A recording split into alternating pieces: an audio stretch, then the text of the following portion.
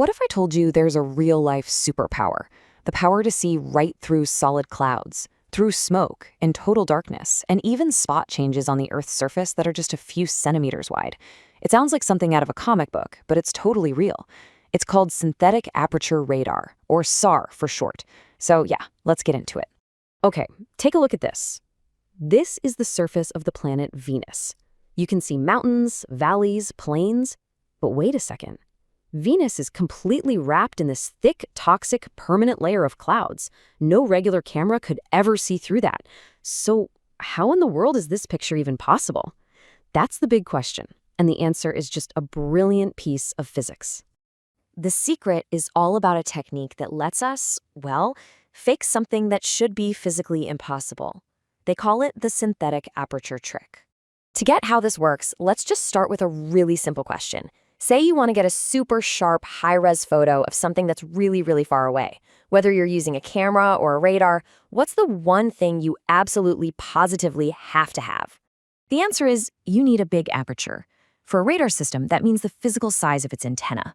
The rule here is dead simple. The bigger your antenna, the more signal you can catch, and the sharper and more detailed your final picture is going to be. Now, to see Venus in any kind of detail from orbit, you'd need an antenna that's kilometers wide.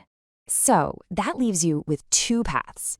You have the obvious way. Try to build a mind-bogglingly huge antenna and somehow launch it into space, which, let's be honest, is basically impossible.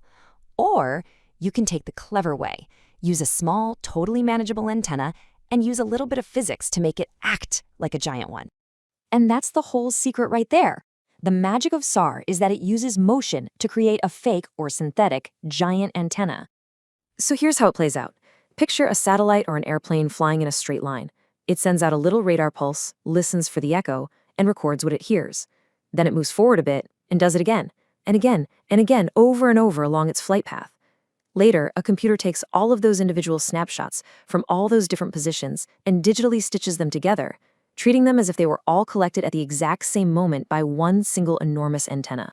The result is just incredible. The longer the satellite travels while it's collecting these echoes from a target, the bigger its synthetic antenna gets, and the sharper the final image becomes. It literally turns motion into high resolution.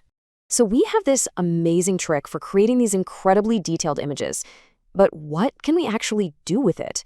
Well, this is where it really starts to feel like a superpower. See, because radar uses radio waves, it can just slice right through things that block visible light, like clouds or rain or smoke. And since the radar provides its own light source, it doesn't matter if it's day or night. It works perfectly in total darkness. It can build these stunningly detailed 2D and even 3D images, and maybe most impressive of all, it can measure incredibly tiny changes that happen over time. And this leads to some pretty wild real-world applications. We can map the ground on other planets, like we saw with Venus, but right here on Earth, we can watch a volcano swell up right before it erupts. We can track exactly how fast glaciers are melting. We can spot illegal deforestation right through a thick jungle canopy. We can find oil spills on the ocean. We can even see if a bridge or a dam is starting to fail. And here's what that data actually looks like. It's not just a bunch of numbers. On the left, you can clearly see old lava flows on a volcano that would be almost impossible to spot otherwise. And on the right, SAR is mapping out the geology of Death Valley, where different colors can represent different textures or materials on the ground, details a normal photo could never show you. This quote just drives home how precise this stuff is. Scientists can take two SAR images from different times, compare them, and see shifts in the ground down to a few centimeters. We can literally watch a volcano breathe. I mean, think about that. That's an unbelievable tool for understanding our planet. Now, SAR isn't just a one-trick pony. It's actually a super adaptable tool, and scientists can fine-tune it to get exactly the kind of information they're looking for. You know, the easiest way to think about it is like a professional camera. You wouldn't use the same lens to take a huge landscape shot as you would for a super close-up portrait, right? Well, SAR works pretty much the same way. It's got different modes for different jobs. So you've basically got three main flavors. Strip map is kind of your standard all-purpose mode for general mapping. Then you have spotlight mode. This is your zoom lens. It stares at one small area to get the absolute highest resolution possible, but you only see that one tiny spot. And on the other end, you have ScanSAR, which is your wide-angle lens. It sweeps back and forth to cover a huge area, but the trade-off is lower resolution. It's always about balancing detail versus coverage. Okay, so getting these amazing maps of the shape of things is one thing. But what if we could go even deeper? What if we could actually tell what the ground is made of? Tell the difference between a field, a parking lot, or a forest.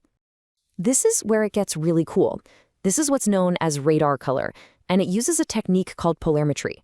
Now, I have to be really clear, these colors have nothing to do with what our eyes see. Instead, they're like a secret code that shows how different surfaces, like smooth water or rough vegetation or vertical buildings, reflect the radar's polarized waves back to the satellite. By giving a different color to each type of reflection, scientists can instantly understand what they're looking at. They can classify huge areas of land, telling the difference between various crops, or mapping out exactly how far a flood has spread, even under a thick forest canopy. It just adds this whole other layer of information. All right, so let's wrap all of this up.